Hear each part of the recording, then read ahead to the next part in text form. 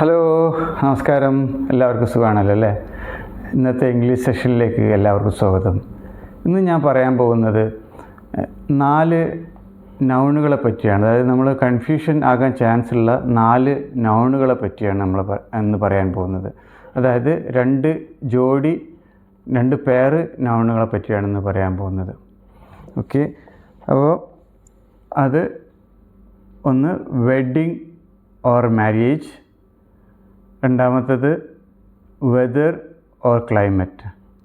ഈ 2 നൗണുകളും നമ്മൾ അങ്ങോട്ടും ഇങ്ങോട്ടും മാറി ഉപയോഗിക്കാൻ, ഓരോ സെൻറ്റൻസിലും മാറി ഉപയോഗിക്കാൻ ചാൻസ് ഉള്ള നൗണുകളാണ്.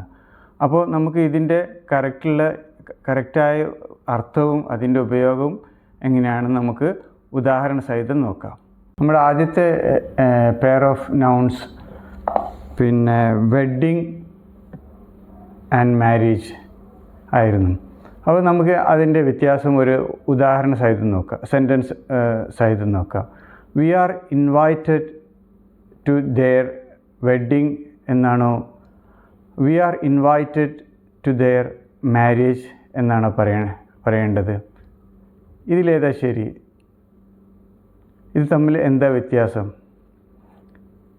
വെഡ്ഡിങ് എന്ന് പറഞ്ഞാൽ ആ ഒരു ഫങ്ഷൻ, ആ സെറിമണി, ആ ഒരു പാർട്ടി, അതിന് ആണ് വെഡ്ഡിങ് എന്ന് പറയുക. ഓക്കെ, അപ്പോൾ മാരേജ് എന്ന് പറഞ്ഞാലോ ആ സെറിമണിക്ക് ശേഷം, ആ ഇവൻറ്റിന് ശേഷം അവരുടെ ജീവിതത്തിൽ അവരുടെ ബാക്കി ലൈഫിനെയാണ് മാരേജ് എന്ന് പറയുക. ഓക്കെ, അപ്പം വെഡ്ഡിങ് എന്ന് പറഞ്ഞാൽ ആ ഇവൻ്റാണ്, മാരേജ് എന്ന് പറഞ്ഞാലോ ആ ഇവൻറ്റിന് ശേഷമുള്ള അവരുടെ ബാക്കി ജീവിതത്തിനെയാണ് മാരേജ് എന്ന് പറയുന്നത്. അപ്പോൾ ഇതിലേതാ കറക്റ്റ്? ഈ സെൻറ്റൻസിൽ കറക്റ്റായിട്ടുള്ളത്, ഇതിൽ കറക്റ്റായിട്ടുള്ള വാക്ക് വെഡ്ഡിങ് എന്നാണ് അല്ലേ? We are invited to their wedding.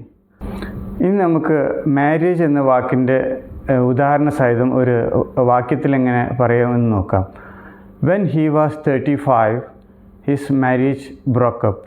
അപ്പോൾ ഇതാണ് നമ്മൾ വെഡ്ഡിങ്ങിൻ്റെയും മാരേജിൻ്റെയും വ്യത്യാസം. അതായത് വെഡ്ഡിങ് എന്ന് പറഞ്ഞാൽ ആ ഇവൻറ്റിനെയാണ്, ആ ഒരു ഫങ്ഷനെയാണ് അർത്ഥമാക്കുന്നത്. എന്നാൽ മാരേജ് എന്ന് പറഞ്ഞാലോ ആ ഇവൻറ്റിന്, ആ ഫങ്ഷന് ശേഷമുള്ള അവരുടെ ഭാവി ജീവിതത്തെയാണ് മാരേജ് എന്ന് പറയുന്നത്.